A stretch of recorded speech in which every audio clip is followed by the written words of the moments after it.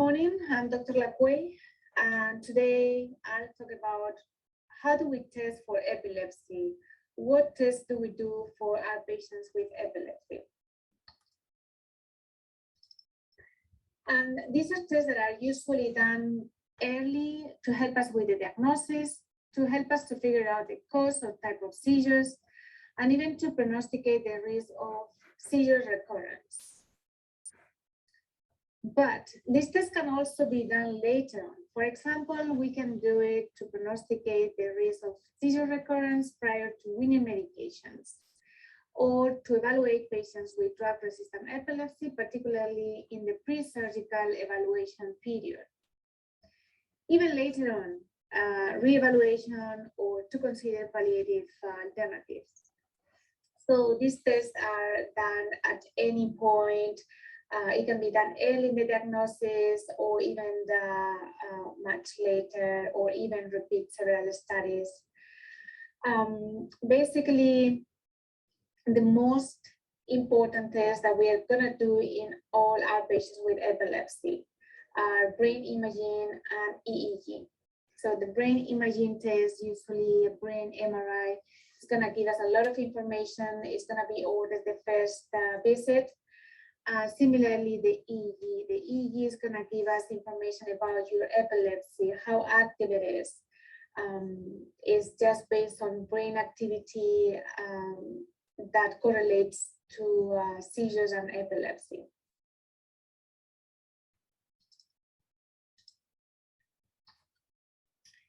So the EEG is the main test.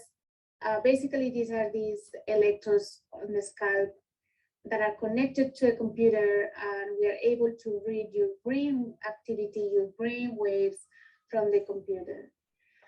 These electrodes are recording brain activity, and later on we are able to analyze all these signals. And with this, we'll be able to clarify the type of seizures, even how active the seizures or your epilepsy is. There are different types of EEGs. Basically, it depends on the duration. It depends on the setting. It is outpatient or inpatient setting. So the typical EEG that we ordered in the first visit is called routine EEG, and it lasts for about 30 minutes of recording. But later on, especially if we weren't able to clarify if the EEG, the first routine EEG didn't give us enough information, we will try to do a more extended EEG. And in that case, this EEG can be done either at home, and we'll call it ambulatory EEG, or it can be done in the epilepsy monitoring unit in the hospital. So the scalp EEG is going to help us diagnosis, etiology, type of seizures. It's going to help us to prognosticate the risk after a first seizure, or prior to weaning medications, and even to evaluate patients with drug-resistant epilepsy. It is very useful in all stages of the disease, and sometimes requires hospitalization at the epilepsy monitoring unit. The EEG is going to give us a lot of information about brain activity related to epilepsy. Sometimes we see activity that happens in between seizures, like in this case, we can see this activity that happens in between seizures. The patient is not really feeling anything, but this activity is actually telling us that the patient has a specific type of epilepsy. In this case, it's called generalized genetic epilepsy. In this case here, what we are seeing is a focal seizure. So we are seeing something in the brain that is telling us that the patient is having a seizure, and it's actually telling us where the seizure is coming from, in this case from the right part of the brain. This is very useful, especially when we are considering epilepsy surgery. Patients are lying down while they're having this EEG. There will be an EEG technologist asking you to close and open your eyes, to breathe faster and deeper, to probably stay quiet, not to talk, not to move for a little bit, and look at these flashing lights for a minute or so. It is not painful, it's actually very comfortable, and pretty likely you will fall asleep. And actually, we like to get a little bit of a sleep at the end of the recording that also gives us the information of your brain activity when you fall asleep. The entire test lasts for about 1.5 hours. The actual recording is like 25-30 minutes. So as I said, sometimes we can do this EEG while at home. So basically you come to the office, we place the EEG, the electrodes in the scalp, and then you go home and stay there, and you just keep a diary with all the things that you felt, if you had any seizures or any feelings, and then we can analyze all this brain activity while you were at home. So it is very useful. The only thing that we can do at home is to reduce medications or do any changes. But it gives us a lot of good information during this recording. So the EEG can be done, we said, in the outpatient and the inpatient setting. So the inpatient setting is where we usually do it in the epilepsy monitoring unit. So the epilepsy monitoring unit is in the hospital. The EMU team consists of attending epileptologists, epilepsy fellows, neurology residents, and also EEG technologists and epilepsy trained nurses. We are all there taking care of you. If you have any seizures, the nurses and EEG technologists will come into your room, they will ask you questions, they will examine you, then we will analyze all the data later on. We will be seeing you every day and just discussing all the information that we get every day. So this is one of the gold standard EEG tests that we do for our patients, especially when the seizures are not controlled easily, or even when we are considering the patient for a surgical treatment. So what we are trying to do in the epilepsy monitoring unit is actually we're trying to see your seizures. So we need to do anything that help us bring them on, but also trying to make sure that you are safe.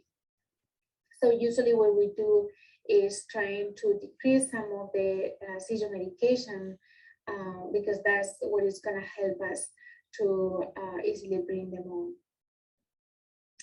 The EMU, this test is also going to help us to distinguish between different types of seizures. So it is actually a very useful test in that sense. So the EEG that we discussed is the scalp EEG with the electrodes in the scalp and different recordings depending on if we're in the hospital or at home. There is another EEG that we do, in this case with intracranial electrodes. This is what we call SEEG or stereotypic EEG or even invasive EEG. We only do that in a very specific situation. So basically we do that for focal epilepsies. When we want to try to figure it out where the seizures are coming from. This test only needs to be done in that situation where we think that we might be able to offer a patient a surgical treatment for their epilepsy. And what we do is implant these electrodes inside the brain in the OR, and then you come to the EMU and we try to record your seizures again. In this case, we have electrodes inside the brain, and when you have a seizure, we'll be able to see exactly where the seizures are coming from. So we discussed the EEG, different modalities of the EEG, different duration, different settings. Now, one of the most important tests too is brain imaging. And in that sense, we have two main brain imaging studies. One is the CT and the other one is the brain MRI. This is the CT machine and this is the brain, the MRI machine. The CT is usually done in an emergency situation where we want to know if there is any bleeding or any lesion that needs to be treated soon. It is less expensive, it is easy to do, and it gives us important information for acute situations. But in all our patients with epilepsy, after a first seizure, we need to do a brain MRI. That's the first choice for patients with epilepsy. It gives us accurate pictures of brain structure. It helps us to figure out the cause of seizures, and it is it's very useful. So the MRI is going to identify structural changes in the brain that may cause your seizures. So it might help us to actually figure out the cause of your epilepsy. It may help us to determine the proper seizure type or syndrome. And it's going to help us when we are considering your case as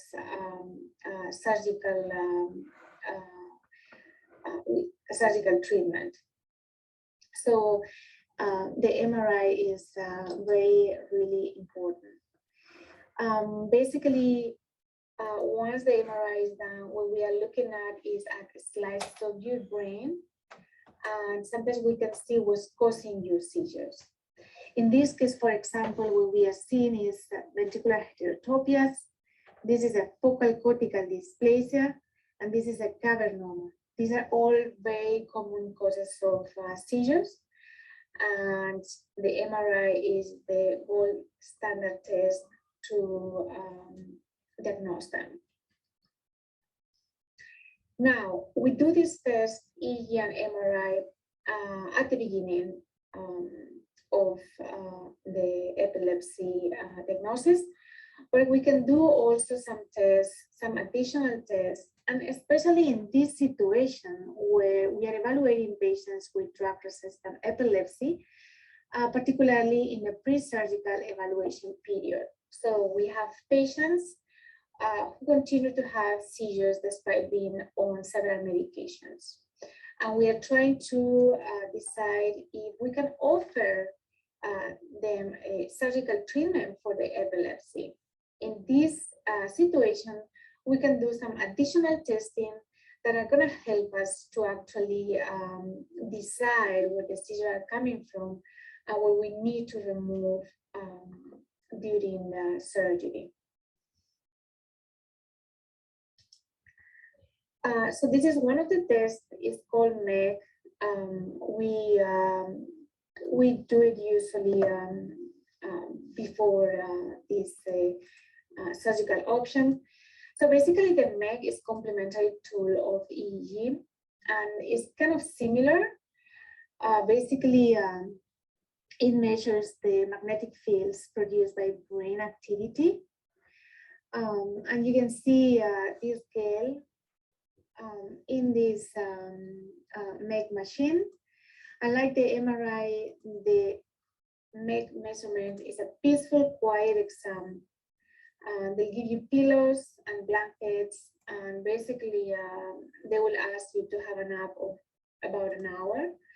So again, similar to the EEG, it's not painful, it's not uncomfortable, and you don't really need to do much during the test. Just relax and take a nap if you wish. This is another test that we routinely done with these patients who are being assessed for epilepsy surgery. This is called PET. It's just a type of a scan that uses a small amount of low-dose radioactive material. This material is injected into a vein, and it helps us to visualize metabolic activity of the brain. And it's going to detect areas in the brain with an abnormal metabolism. And we think that these areas are correlated to where your epilepsy is coming from. It is usually done in between seizures. And again, this is especially done for patients with drug-resistant epilepsy when we are considering the option of surgical treatment to cure their epilepsy. Neuropsychological evaluation is another test that we do in patients who are also being assessed for epilepsy surgery. So basically, this is a pretty long 2 to 3 hours test where they will ask you many questions. And basically, what they are trying to assess is how your brain works. Basically, the brain functions. They will assess memory, language, attention, intelligence. They will be able also to see if there are any depression or anxiety, some comorbidities that are associated with epilepsy. And also, this is going to help us to identify dysfunctions that can also give us information about where your seizures are coming from. And also, we will do this test 6 months after your surgery to see if there were any changes during surgery. This is done by a neuropsychologist. As I said, it lasts for a few hours. It's a pretty intense test, but it's actually pretty useful. And sometimes we can do additional intervention to help with language, memory, or this depression or anxiety. So this is pretty much most of the tests that we do for our patients with epilepsy. I guess some of the home take messages will be that not every test should be performed to everyone. As you know, every case, every patient is different, is unique, and requires different tests. Every test has different purposes, and each case can vary a long time, require new or the repetition of previous tests. Okay, so thank you very much. And if you have any questions, we can discuss them later on.